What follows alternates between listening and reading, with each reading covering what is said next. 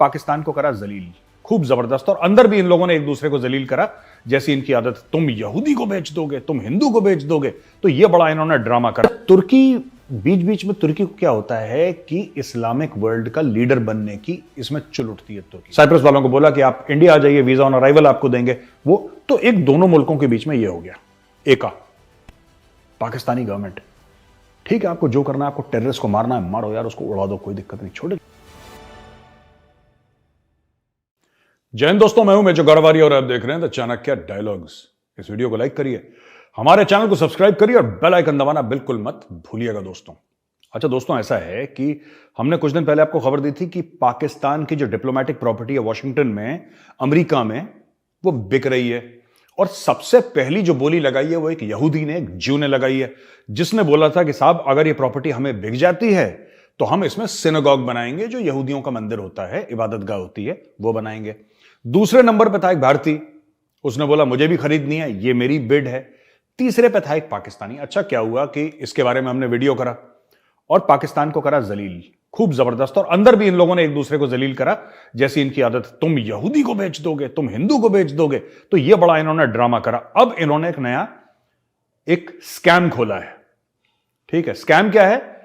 जो अचानक एक पाकिस्तानी पैदा हो गया, शाहल खान ऑफ बुरखान वर्ल्ड इन्वेस्टमेंट्स। ये शाहल खान पहले कहीं नहीं था, शाहल खान अचानक पैदा हुआ है। जैसे वो दाल को भिगा दो तो स्प्राउट निकलता है ना दूसरे दिन, ये अचानक दूसरे दिन एक स्प्राउट निकला, पूंछ से निकली इसकी, और अचानक इसने 6.8 मिलियन प्रॉपर्टी के लिए ऑफर कर दिए।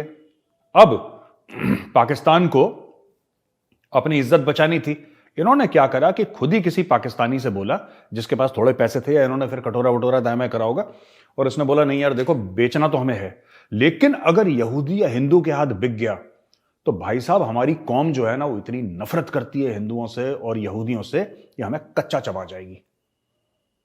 पूरे पाकिस्तानी मिलके हमारी बोटी बोटी कर देंगे। तो कुछ ऐसा करो कि पाकिस्तानी हो और उसका मुस्लिम नेम हो, या फिर पाकिस्तानी ना भी हो लेकिन उसका मुसलमान नाम हो, मुस्लिम हो, वो अगर खरीदे तो हमारी इज्जत बच सकती है, हमें पैसे भी मिल जाएंगे और कपड़े भी नहीं फटेंगे।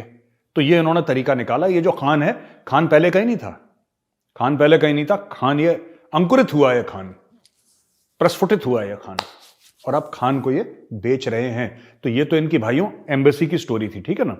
दूसरी स्टोरी जो है ये Pakistan to outsource 3 major airports. अच्छा ये देखिए, ये कह रहे हैं कि साहब लाहौर, कराची और इस्लामाबाद का एयरपोर्ट की मैनेजमेंट हम आउटसोर्स कर देंगे। हम आउटसोर्स, मैं आपको बताता हूं इनकी आउटसोर्सिंग की कहानी क्या है।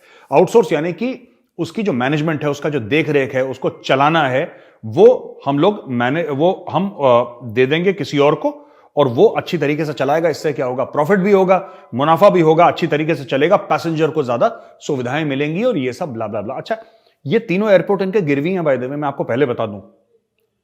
इन एयरपोर्ट्स के एवज में ये पैसा ले चुके हैं, चीन से, दाएं से बाएं से पैसा ले चुके हैं।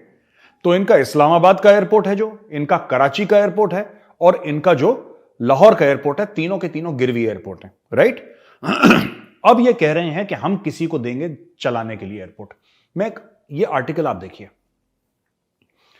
दोस्तों, ऐसा है, अगर आप ये आर्टिकल देखेंगे जो मैंने ये स्क्रीन पे देखिए, जो कचड़ा उठाने का कॉन्ट्रैक्ट है ना, कचड़ा उठाने का, रबिश उठाने का, ये उन्होंने तुर्की कंपनी को दे रखा है यार। ये, और कई सालों से, आज की बात नहीं, कई सालों से ये अपना कचड़ा नहीं उठा सकते, इनके पास इतनी टेक्नोलॉजी नहीं है। ये उन्होंने बाहर को आउटसोर्स कर रखा है। ये एयरपोर्ट कहां से चलाते? पाकिस्तानी एयरपोर्ट कहां से चलाते? नहीं चला पाते, इनके बस का नहीं है एयरपोर्ट चलाना। ये सिर्फ जवान चला सकते हैं, ये देश नहीं चला सकते। एयरपोर्ट तो खैर इनके बस का ही नहीं है। तो इन्होंने क्या करा कि बोला कि अब हम इसको आउटसोर्स कर देंगे। तो ठीक है भैया, आउटसोर्स कर, तो देख लेते हैं जिनको आउटसोर्स करते हो वो कितना तीर मारते हैं। और मुझे नहीं लगता कि ये अंदर किसी पाकिस्तानी को, अगर कोई पाकिस्तानी कंपनी भी है, एक्सपर्ट्स बाहर से ही आएंगे। Pakistan does not have either the money और द एक्सपर्टीज टू रन। ये किराने की दुकान चलाना बहुत बड़ी बात है, इनके बस वस का नहीं है ये। मैं मानने को तैयार नहीं हूं कि ये इंटरनल आउटसोर्सिंग है, ये पूरी की पूरी एक्सटर्नल वाला मामला है दोस्तों। अच्छा, एक बड़ी इंटरेस्टिंग खबर आई है इसके बीच में, और यह खबर है कि इंडिया और साइप्रस ने, एक देश है साइप्रस, इंडिया और साइप्रस ने डिफेंस, माइग्रेशन और सोलर अलायंस साइन कर लिया। ये साइप्रस की क्या कहानी है?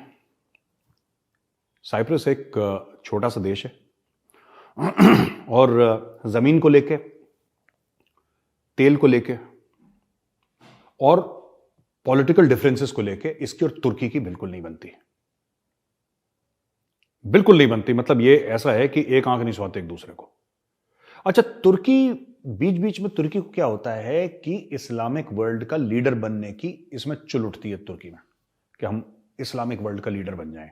पता नहीं क्यों इनका इनके ऐसे कोई एम है ही नहीं जो मॉडर्न है, 21st सेंचुरी के हैं कि हम कोई नई रिसर्च करें, हम कोई मैन पावर। ये पुरानी दुनिया में रहते हैं। ऑटोमन एम्पायर जो है, फिर हम घोड़े पे चढ़ जाएंगे, दुनिया सारे काफिरों का गला काट, इनका यही दिमाग में पिक्चर चलती रहती है। तो इनकी लड़ाई चल रही है इनसे। इंडिया ने क्यों मसला उठाया? क्योंकि कश्मीर कश्मीर करने की आदत तुर्की की बहुत बन गई थी बीच में।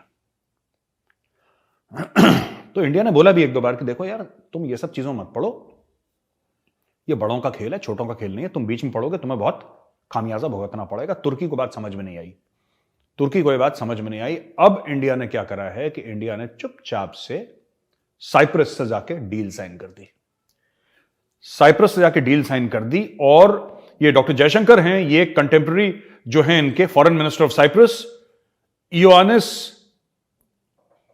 कोसोलाइडस, इनसे मिले और इनकी one of the memorandum of understanding. अच्छा, ये एक मैं आपको स्टेटमेंट पढ़ के दिखाऊं। We have sign 3 important agreements today. One is the memorandum of understanding of defence and military cooperation between our 2 countries. The second is the letter of intent on migration and mobility partnership, which we believe will provide a common framework of agreement and cooperation to facilitate the mobility of students, academics, business people, and professionals. And it will also help in combating irregular migration. तीसरी चीज, we also signed the framework agreement on international solar alliance by Cyprus. Delighted to meet Foreign Minister I. Kosolidis, इनका Twitter handle है, in Nicosia. A third meeting this year, but this one in Cyprus. Comprehensive discussions on our bilateral ties, cooperation in EU and other multilateral fora. Also exchange perspectives on our neighborhood, Indo-Pacific, West Asia and Ukraine, etc., etc. तुर्की बड़ा नाखुश कि भाईजान, ये आपने हमारी दुखती रग पे, हमने तो आपकी दुखती रग पे हाथ रखा था, उंगली रखी थी, आपने तो पूरा पैर रख दिया हमारी दुखती रग पे। तो भैया इंडिया के साथ यही होगा। आप इंडिया के साथ पंगे लोगे तो ईंट का जवाब पत्थर नहीं, ईंट का जवाब सीधा पहाड़ होगा। अब तुर्की को यह नहीं पता लग रहा कि साइप्रस का करें क्या। अब तो इंडिया बीच में आ गया। इन्होंने कभी सोचा नहीं था। इन्होंने सिर्फ यह बोला कि देखिए, तुर्की में भी ना, मैं बता रहा हूं, जितने भी पाकिस्तान से रेडिकल लोग हैं, जितने भी कश्मीरी जो रेडिकल थे, जो 1% 2% जो रेडिकल लोग थे, जो बड़ा जिहाद जिहाद की बात करते थे ना, वो सब के सब कहां रहते हैं? यस, यू आर राइट, तुर्की में रहते हैं वो लोग, और तुर्की की शह में रहते हैं। और तुर्की सोचता है कि किस तरीके से मैं इस्लामिक वर्ल्ड का हीरो बनूं, क्योंकि मैं इंडिया को धीरे धीरे ऐसे पुश करूंगा कश्मीर को लेके। अब कश्मीर तो हो गया ऑलमोस्ट नॉर्मल, ऑलमोस्ट 100% नहीं, बट काफी हद तक कश्मीर नॉर्मल हो गया। पिछले साल, यानी कि इस साल, अब ये साल का आखिरी दिन है, we are on 31st of December, 1.6 crore tourist गए थे। 1.6 crore tourist went to Kashmir. अब ये लोगों को समझ में नहीं आ रहा, क्योंकि ये तो दुनिया में ये बोल रहे थे कि साहब वहां पे फोन नहीं चलते। ये तो कह रहे थे कि सारे कश्मीरों को इंडियन आर्मी ने घर के अंदर बंद कर रखा है और कश्मीरी सड़क पे नहीं आ सकता।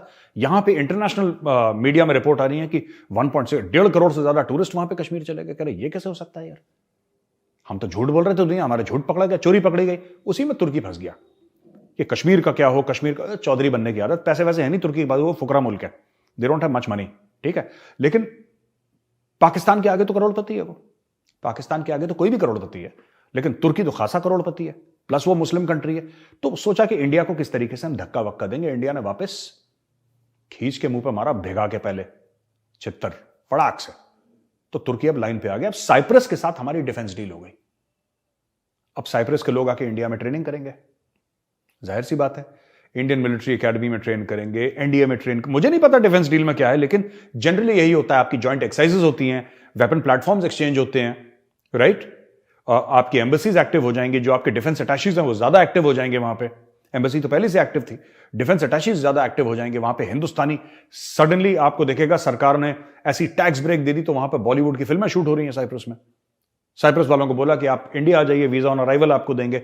वो तो एक दोनों मुल्कों के बीच में ये हो गया एका, और एका हो गया। अब तुर्की को ये नहीं पता कि क्या करें। तो मैं तुर्की सिर्फ यही कहूंगा कि देखो यार, तुम इंसान के बच्चे बने रहो। तुम अगर इंडिया के साथ करोगे तो देखना फिर इसके क्या है, नताइज बहुत खराब होंगे तुम्हारे लिए। फिर तुम्हें भागने की जगह नहीं मिलेगी। फिर तुम रोगे कि यार इंडिया वालों ने ये कर दिया, इंडिया वालों ने ये कर दिया, हमारे खिलाफ साजिश हो रही है। लाहौरी चूरन फिर खिलाओगे सबको, जैसे लाहौर वाले खिलाते हैं ना चूरन, वो लाहौरी चूरन। साजिश हो गई है, मार दिया है, कर दिया है, यही करोगे तुम लोग। Your accent will become Lahori. तो ये सब मत करो। साइप्रस के साथ डील साइन हो चुकी है, जयशंकर साहब डील साइन कर चुके हैं, स्टोरी ओवर। अब तुम करो कश्मीर बेटा, तब तुम्हें भजन करवाएंगे हम अच्छा खासा। दोस्तों, व्लादिमीर पुतिन जो है प्रेसिडेंट रशिया के, उनका एक बड़ा अहम एक बयान आया है कि इंडिया जो प्रेसिडेंसी कर रही है G20 की और SCO की, शंघाई कोऑपरेशन ऑर्गेनाइजेशन और G20 जो ग्रुप है कंट्रीज का, उसकी जो प्रेसिडेंसी इंडिया कर रही है, उससे दुनिया की सिक्योरिटी, सेफ्टी और स्टेबिलिटी बढ़ेगी, अच्छी होगी। तो एक किस्म से पुतिन ने एक जबरदस्त तारीफ कर दी भारत की, किया भारत की लीडरशिप में दुनिया एक ठीक डायरेक्शन ले। कुछ दिन पहले हमने आपको बोला था कि जेलेंस्की का आया था कि यार G20 में कुछ करो। मैं आपको बता रहा हूं पीछे स्टोरी क्या चल रही है यूक्रेन और रशिया की। और यही बात है, इनको पता है कि 2023 में पूरी दुनिया भारत में आके बैठेगी। एक साल में पूरी दुनिया भारत आके बैठेगी, चाहे शंघाई कोऑपरेशन ऑर्गेनाइजेशन के लिए बैठे, चाहे फिर G20। और G20 तो बहुत बड़ा है, G20 is a global body. SCO में फिर कम लोग हैं, G20 तो बहुत जबरदस्त है। और गेस्ट वेस्ट उसमें दुनिया भर के जो अटेंडीज हैं और गेस्ट नेशंस हैं और ऑब्जर्वर नेशंस हैं, और करके पूरा एक मतलब यूनाइटेड नेशंस की जो क्रीम है, आप ये समझ लीजिए यूनाइटेड नेशंस में होंगे करीब 190-195 देश, राइट? ये जितने भी होंगे, मतलब इतने ही होंगे मेरे ख्याल से। तो उसका जो क्रीम है ना, उसका जो टॉप क्रीम है, मलाई जो है, वो इंडिया में बैठेगी। और सबकी उम्मीदें हैं, क्योंकि इंडिया की यूक्रेन से भी बनती है, इंडिया की रूस से भी बनती है, इंडिया की ईरान से भी बनती है, इंडिया की इजराइल से भी बनती है, इंडिया की यमन से भी बनती है, इंडिया की सऊदी अरेबिया से भी बनती है, इंडिया की रशिया से भी बनती है, इंडिया की अमेरिका से भी बनती है, इंग्लैंड। तो इंडिया की किसी के साथ दुश्मनी नहीं है basically.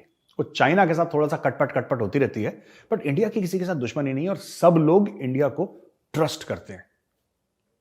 Everybody trusts India, an honest arbiter. ये जो पाकिस्तानी आप लोग कहते हो ना, सादिक और अमीन, one who is truthful and one who can be trusted, ये इंडिया है सादिक और अमीन। तुम्हारे यहां नहीं है कोई सादिक, इंडिया है सादिक एंड अमीन। जब सब लोग कहते हैं, जब दुनिया का हर एक मुल्क जो एक दूसरे के गलों में अपने पंजे गाड़ रखे हों, जैसे यूक्रेन और रशिया है, वो जब बोलें कि यार इंडिया जो कहेगा हमें मंजूर है। मैं पाकिस्तानी दोस्तों को याद दिला दूं, आप तो तिरंगा पकड़ के और भारत माता की जय और जय हिंद बोल के आप निकल गए थे यूक्रेन से सेफली। लेकिन मैं एक और पाकिस्तानी भाइयों बहनों को याद दिला दूं, सिर्फ भारत था जब मोदी जी ने कॉल करा जेलेंस्की को और व्लादिमीर पुतिन को कि हमारे बच्चे हैं वहां पे, हमारे बच्चों को यूक्रेन से निकलना है। तो दोनों मुल्कों ने, सिर्फ एक बार ऐसा हुआ है, दोनों मुल्कों ने मोदी जी के कहने पे, भारत के कहने पे लड़ाइयां रोक दी। लड़ाइयां रोक दी आपस में। यार कितनी बड़ी बात है, इतनी घमासान लड़ाई रोक दी उन्होंने कुछ घंटे के लिए। बोला बेटा आप लोग निकल जाओ, फिर हम एक दूसरे को निपटाएंगे। तो यह है इंडिया का पावर, यह है इंडिया की क्रेडिबिलिटी। और यह इंडिया की क्रेडिबिलिटी इसलिए नहीं है क्योंकि हमारे पास न्यूक्लियर वेपन है, हमारे पास बहुत बड़ी फौज है। It is because we are good people. हम लोग अच्छे लोग हैं और लोग हम पे भरोसा करते हैं, विश्वास करते हैं। और हमने लोगों का भरोसा नहीं तोड़ा। हमने ऐसा नहीं कि किसी का लोन लिया खा गए, फिर किसी से पैसे लिए, किसी की पीठ में छुरा घोंप दिया। ये सब हम लोग ड्रामा नहीं करते। We are clean people, we are honest people, we are good people and the world recognises we are good people. इसलिए पुतिन भी बोल रहा है, जेलेंस्की भी बोल रहा है, जो बाइडेन भी बोल रहा है, शी जिनपिंग भी लगा हुआ है कहीं पीछे से अट्रैक्ट टू में कि यार कुछ करवाओ, ठीक ठाक करवाओ। उसका भी फॉरेन मिनिस्टर ये बोल रहा है कि नहीं, इंडिया के साथ हमें अच्छे रिलेशनशिप चाहिए। जो भी आउटगोइंग था फॉरेन मिनिस्टर वांग यी, वो यही तो बोलकर गया कल परसों कि भाई इंडिया के साथ हमें बातचीत करनी है, हमें अच्छे रिलेशन करने हैं, ये सरहद वरद की लड़ाइयां बंद करो। This is the power of India, और ये कभी मत भूलना। दोस्तों, अगली जो खबर है, मैं आपको इंटरेस्टिंग खबरें हैं मेरे पास 2-3 और, कि जो नेशनल सिक्योरिटी कमेटी है पाकिस्तान की, इसने एक बहुत बड़ा चुटकुला सुनाया है, बहुत बड़ा जोक सुनाया है। इसने बोला कि terrorist are enemies of Pakistan. ठीक है, terrorist are enemies of Pakistan, ये इसने एक चुटकुला सुनाया है। इस चुटकुले में कौन कौन शामिल है? General Asim Munir, chief of army staff of Pakistan army, general Nadeem Anjum, ISI, Shahbaz Sharif, Rana Sanaullah, ये जितने भी ये रोग्स गैलरी है ना, जो रोग्स गैलरी, ये सारी की सारी रोग्स गैलरी वहां पे बैठी है और वहां पे ज्ञान बांट रही है कि साहब टेररिज्म जो है वो गंदी चीज है और हम इसके खिलाफ हैं और ये पाकिस्तान के दुश्मन है। मैं आपको इनकी सच्चाई बताता हूं, ठीक है। इनको प्रॉब्लम हो रही है बलोचों से और इनको प्रॉब्लम हो रही है तहरीक-ए-तालिबान पाकिस्तान से, ठीक है, क्योंकि ये पाकिस्तानी फौजियों को मार रहे हैं, पाकिस्तानी पब्लिक पे हमला कर रहे हैं, ये तो इनको इनसे प्रॉब्लम है, जबरदस्त इनको शदीद प्रॉब्लम है, इनसे बहुत ज्यादा प्रॉब्लम है इनको। लेकिन ये कह तो रहे हैं कि इनके खिलाफ हम एक्शन लेंगे, पाकिस्तानी फौज इनके खिलाफ एक्शन लेगी, इनको नस्ते नाबूद कर देगी। मैं जनरल आसिम मुनीर से पूछता हूं, सर एक बात बताओ, आप लश्कर तैयबा और जैश मोहम्मद पे एक्शन लोगे? Will you take action? नहीं। यही पाकिस्तान का दोगलापन है। जो आतंकवादी, मैंने ट्वीट भी करा था इस पे, जो आतंकवादी भारत पे अटैक करे, जो आतंकवादी हमारे 40 सीआरपीएफ के भाई को जो वीरगति को प्राप्त हो गए थे पुलवामा में, वो वाला एक्शन करे, ठीक है, जो कश्मीरी पंडितों को मारे, जो जेएनके पुलिस वाले हैं, जो कोई नमाज पढ़ने जा रहा है, कोई बच्चे के साथ घूम रहा है, उसकी पीठ पे निहत्ते की पीठ पे गोली मारे, ये इनके हीरो हैं। ये भाई साहब इनके हीरो हैं ये। तभी तो ओसामा बिन लादेन को पार्लियामेंट में बैठ के, जो इमरान खान है उस समय, he was the prime minister of Pakistan, उसने बोला इसको शहीद है, ये उसको शहीद का दर्जा दिया। और आप यूट्यूब में जाएं, एक वजाहत खान करके एक पाकिस्तानी जर्नलिस्ट है, बड़ा मशहूर जर्नलिस्ट है और बड़ा सुलझा हुआ जर्नलिस्ट है, वजाहत खान। वजाहत खान के इंटरव्यू में परवेज मुशर्रफ क्या कह रहा है? परवेज मुशर्रफ ये कह रहा है कि ओसामा बिन लादेन हमारी कौम का हीरो है, हमारी कौम उसको हीरो मानती है। वो ये कह रहा है कि साहब ये लश्कर तैयबा वाले हमारे हीरो हैं, ये they are role models for Pakistanis. Pakistan में मां बाप बच्चे से कहते हैं बेटा तू बड़ा होकर ओसामा बिन लादेन बनेगा। हीरो का तो यही मतलब है, हम तो यही मतलब निकालते हैं। जब आप कहते हो हमारी कौम का हीरो, तो उसका क्या मतलब हुआ? आप उस जैसा बनना चाहते हो और बन भी रहे हो। तो बेसिकली पाकिस्तानी फौज और ये पूरा नेशनल सिक्योरिटी कमेटी है पाकिस्तान की, झूठ बोल रही है। ये चाहते हैं कि जो भारत में खून बहाता है वो तो बहाता रहे, वो बहाता रहे भारत का खून, उसको हम टच नहीं करेंगे। क्योंकि जो इन्होंने जेल में डाला है ना हाफिज सईद को, वो भी चोरी वाला जेल है, मैं बता रहा हूं। 5 स्टार अकोमोडेशन है उसकी, सब पता है हमें क्या चल रहा है वहां पे, ठीक है ना, वी नो एवरीथिंग। और इन्होंने एक्शन लेना है, इन्होंने गरीब बलोचों को मारना है फिर, ठीक है, क्योंकि तहरीक-ए-तालिबान पाकिस्तान पे तो इनकी बनती नहीं है, उनके ऊपर कुछ चलती नहीं है, इनकी कुछ कर नहीं पाते। और अरे तुम्हारी, मैं इंडिया को छोड़ो, क्या 2 मिनट के लिए इंडिया को कोने में डालो, तुम्हारी इतनी औकात है तो अफगानिस्तान के अंदर घुस के मारो टीटीपी वालों को, हम समझ जाएंगे कितने बड़े तुम मर्द के बच्चे हो।